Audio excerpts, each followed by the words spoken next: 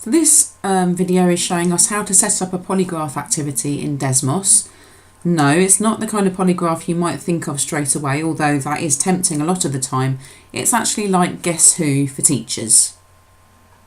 Once you've managed to log on to Desmos, so you should have already been shown how to do that, you see this screen, which is the home screen, home page, and you can also get to the home page by clicking on the Desmos symbol up at the top there, the word. There are all sorts of different options you can choose, so it's worth just clicking around and seeing what's there. Once you've either created a few or just used a few Desmos activities, you'll want to bookmark them, makes it easier to find them. I've gone into the custom menu, which has got all the Desmos activities that I have either customised and used.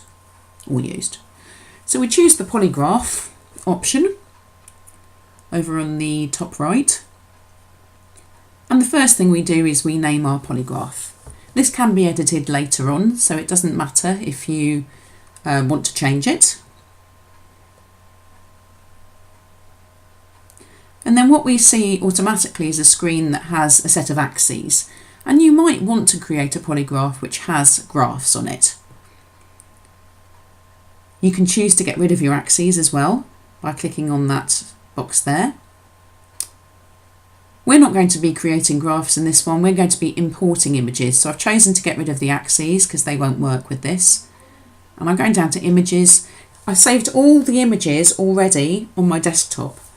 So I'm simply going to opt for an image, choose it from my desktop and ask it to open it. Then, as you can see, I clicked on the next square in the polygraph options and I added an image there, and so on.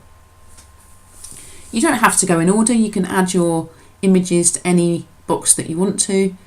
So for instance, I've chosen now the box that is all the way on the left, on the right, and 3 down, and I keep going.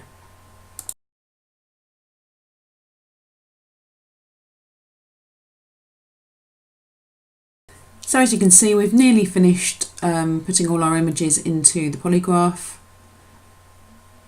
And it is now just a case of giving a bit of information. So this is particularly useful to other teachers or professionals that are considering making use of the polygraph. But to be honest, I don't spend much time typing anything in there.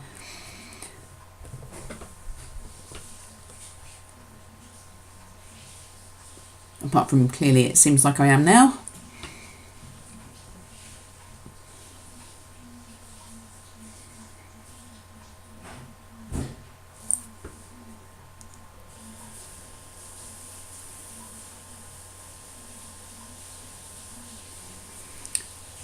And once you've decided that your text is completely done, then you can finish off your polygraph. Sometimes it doesn't seem like it's going to let you finish.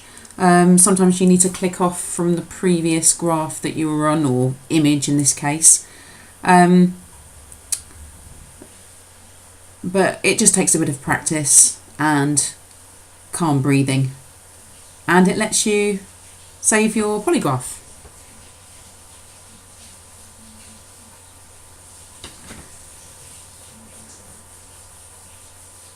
So this is where it starts getting exciting. You can see all the images you've uploaded and you can create a class code.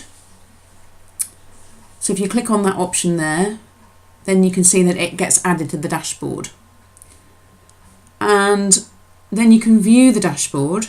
So there's the class code for the students. But if you click on this particular place here, then it gives the students a message that they can go to. So it's great at the start of a lesson. You can just have that up on the board. They know they have to grab a laptop, get logged in, and once there's another person to play against, then they can play against them.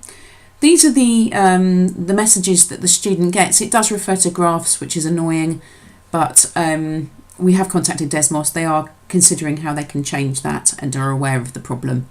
From the point of view of the students, they probably won't be that bothered at all. So it's worth being aware of a couple of things that you can make use of as well, which are the anonymise button on the bottom left of the screen. So if students have put their real names in, which is unlikely, then you can use that excuse me, to anonymise their names. And then on the right of that, you've got the pause button. So if you want to draw the class to attention and have a group discussion, then you can pause the activity. Otherwise, they do tend to want to keep going with it.